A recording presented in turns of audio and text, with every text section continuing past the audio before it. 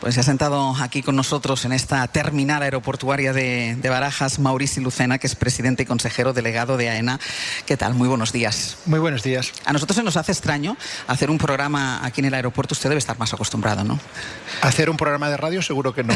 A pasar por el aeropuerto. A pasar por el aeropuerto sí, pero déjeme decirle, señora Barceló, que nos hace muchísima ilusión que hoy nos acompañen, porque este era un día largamente esperado. Para nosotros es simbólicamente uno de los homenajes a esta inauguración, de la cual hace hoy o estos días 20 años, y tener al programa de radio matinal de las mañanas, matutino, de mayor audiencia, pues nos llena de gozo. Pues piense que yo soy una gran usuaria de este aeropuerto, porque son muchos los viajes que arranco o que despido aquí, y esta situación de estar en estas cintas por las que paso tantas veces esperando recoger las maletas y verlas en esta perspectiva, hoy nos impresiona. Como nos impresiona este edificio del que después hablaremos además con su arquitecto. La T4 de Barajas cumple 20 años. ¿Qué ha supuesto en este tiempo la terminal para España y para la red aeroportuaria? ¿En qué se ha convertido esta T4? La T4 es la terminal y, por tanto, el espacio del aeropuerto de Madrid más importante de España, y es, por tanto, la terminal principal de uno de los grandes aeropuertos europeos. Así de claro se lo digo. Es un aeropuerto realmente espectacular. Yo creo que en 20 años apenas ha perdido contemporaneidad. Solo hay que ver la imagen desde esta vista que tenemos tan bonita. Es un aeropuerto que fue muy innovador en su momento, en los colores, en la luz y sobre todo en los espacios. Recordemos que en los años 80 y los 90, no sé muy bien por qué, porque esto es por razones de ingeniería, los aeropuertos eran espacios mucho más apretados, y psicológicamente eso hace una gran diferencia. Son espacios en los que se circula de manera agradable y además permiten a la empresa aeroportuaria, en este caso AENA, ir asociando una serie de servicios aledaños que, como decimos en la jerga del sector, mejoran la experiencia del cliente. Y a mí lo que me impresiona del aeropuerto de Madrid, repito, es que sigue siendo muy actual 20 años después. Cuando tenemos visitas de empresas homólogas o de líneas aéreas que no suelen frecuentar España, no suelen frecuentar Madrid, todos nos dicen, sin excepción, que es un aeropuerto espectacular. Está considerado técnicamente uno de los mejores aeropuertos del mundo. ¿Y qué posición ocupa, ya no solo visualmente y arquitectónicamente, pero qué posición ocupa Barajas en el radar de aeropuertos internacionales? A ver, yo empezaría diciendo algo que a veces se olvida, que a AENA le gusta recalcar. El aeropuerto de Barajas es propiedad de AENA. AENA es la empresa aeroportuaria más grande del mundo. Repito, la más grande del mundo. No hay tantas empresas en España que sean las más grandes de su sector. Este es el caso.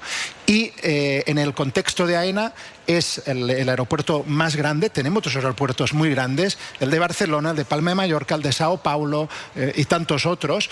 Pero este aeropuerto, en términos relativos, es el tercer aeropuerto más importante de la Unión Europea, solo por detrás de París Charles de Gaulle y de Schiphol Ámsterdam, y acercándose. Si ampliáramos el foco, entonces tendríamos que incluir en la gran Europa a Heathrow y a Estambul. Pero en la Unión Europea es el tercer aeropuerto más grande, y lo que es seguramente más relevante a futuro, es el aeropuerto con mucha diferencia, con una mayor capacidad para seguir expandiendo sus infraestructuras y, por tanto, acomodar tráfico aéreo futuro. ¿Y cómo afecta a un aeropuerto de estas dimensiones y con el tráfico que tiene una guerra como la que está sucediendo en Oriente Medio? ¿Cómo lo notan ustedes?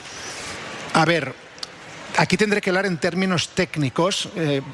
Evidentemente, lo que está pasando, el conflicto bélico en Oriente Medio, me parece un auténtico desastre, pero eso es una consideración política y moral. Técnicamente, realmente nosotros estamos teniendo en todos los aeropuertos de España, y por tanto incluido el de Madrid, una afectación pequeña, simplemente por la composición del tráfico. Si estuviéramos en Frankfurt, tendríamos más afectación. O sea, eso en cierta medida obedece a la casualidad. Yo que soy un economista profesional, el problema y mi temor es más desde una perspectiva macroeconómica general. Es decir, si realmente la guerra dura lo suficiente o sube el diapasón en su intensidad, sí podría tener efectos deletéreos macroeconómicos en forma de más deuda pública, más inflación, una reorientación restrictiva de la política monetaria que finalmente desembocara evidentemente en una disminución de la actividad económica, y esto es lo que más afectaría al transporte aéreo en general y a España en particular. Ese es más mi temor que el específico de la pérdida de vuelos que los está viendo de España y de Madrid con Oriente Medio. ¿Y la falta de queroseno? La falta de queroseno, aquí hay que remitirse a lo que están diciendo las autoridades. Nosotros estamos en continuo contacto con las aerolíneas, que son las responsables de cargar sus tanques con queroseno. A corto plazo no hay problemas. Es como todo, no me atrevería a dar una fecha, pero si esto se alarga suficientemente, evidentemente podría haber algún tipo de perjuicio. Pero déjeme, señora Barcelona, hacerle una reflexión. Se ha hablado mucho, ¿no?, de la resonancia de la década de 1970. Esto es muy distinto que cuando empieza la guerra del Yom Kippur en 1973. Los flujos internacionales son otros, también los energéticos. Hay una afectación, la puede haber mucho peor, pero creo que la comparación con la década de 1970 tiene que escalarse a los cambios profundos que se han producido en la economía internacional. AENA tiene en su hoja de Excel, entiendo, la ampliación, los estirones de unos cuantos aeropuertos españoles. 20 años después, hay que volver a ampliarlo. ¿Cuál es el plan de obra? ¿Por dónde pasa esa ampliación? Vamos a ver, yo creo que hay una decisión muy importante que también hay que destacar, que es una decisión en última instancia política, aunque está basada en criterios técnicos. La última gran ola inversora que nos permitió dotar de suficiente capacidad a los aeropuertos españoles para acomodar un impresionante crecimiento del tráfico, no solo turístico, del tráfico aéreo en los últimos 20 años en España. Esa última ola terminó hace 20 años y su colofón podría ser también la Terminal 1 de Barcelona de 2009, pero la inauguración de la T4 de 2006. Y ahora mismo el Gobierno de España, y concretamente el presidente del Gobierno, Pedro Sánchez, el ministro de Transportes, Óscar Puente, yo creo que de manera audaz han decidido que hay que apoyar, como propone AENA, una ampliación de los aeropuertos, porque los aeropuertos tienen una relación muy directa con la prosperidad, con la movilidad de los ciudadanos y con la integración de España y de sus distintas ciudades en el circuito de la economía global.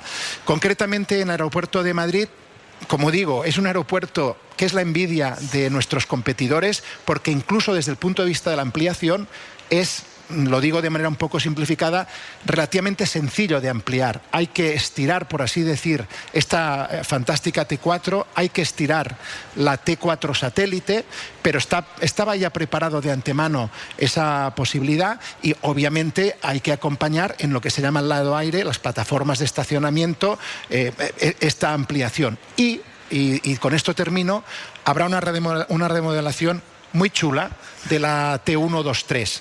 La T123, que era el antiguo aeropuerto de Madrid, se va a convertir en la zona aire, en la zona de embarque, y se va a crear un enorme edificio procesador que va a ser la parte donde uno factura, recoge los equipajes y pasa el control de seguridad.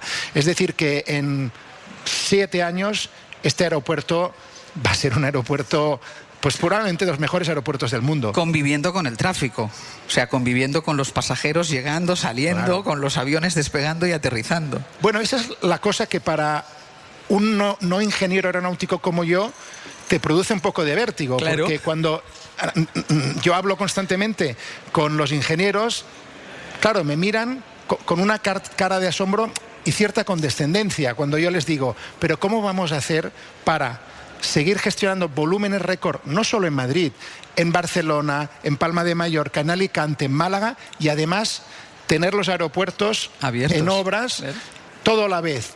Y me miran como diciendo, bueno, esto es AENA, lo vamos a hacer, va a haber problemas, pero es la empresa probablemente del mundo que mejor sabe hacer estas cosas. Me quedan solo 30 segundos, presidente. Terminamos ya la polémica del premio AENA, ¿se acabó ya?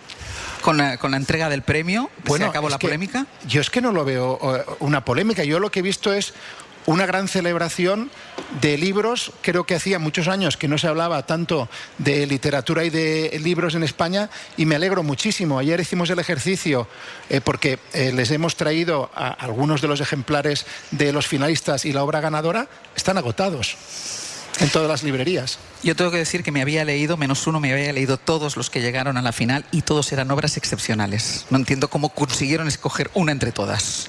Eso es el jurado. Maurici Lucena, un gusto, muchísimas gracias por acogernos aquí. Vamos a seguir hablando de este aeropuerto, de las infraestructuras y de cómo funciona todo esto en las próximas 2 horas. Muchísimas gracias. Muchísimas gracias, señora Barceló.